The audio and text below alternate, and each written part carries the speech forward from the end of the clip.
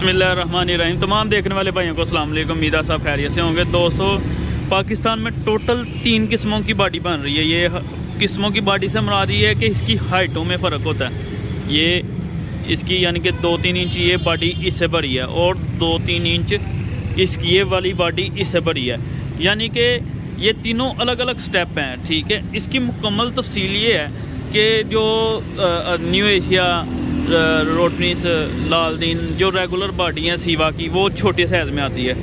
ठीक है, उसके बाद सारी कंपनियों ने इस तरह का बड़ा साइज़ भी बना लिया हुआ है।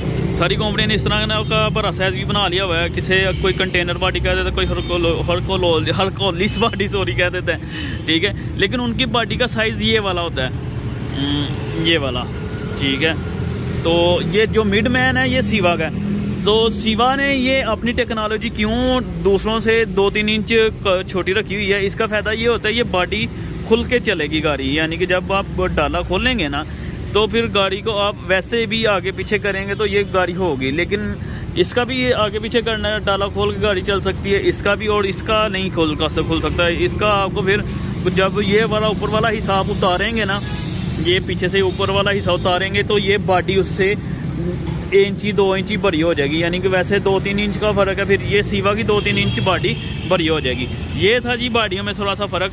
तो क्वालिटी, गाड़ियों की क्वालिटी में तो आपको मैं बताता रहता हूँ। तो ये सीवा चैम्पियन की बॉडी में ये फ़र्क था। तो मेरा ख्याल है मैं सीवा चैम्पियन की बॉडी को ही प्रीफर करूँगा।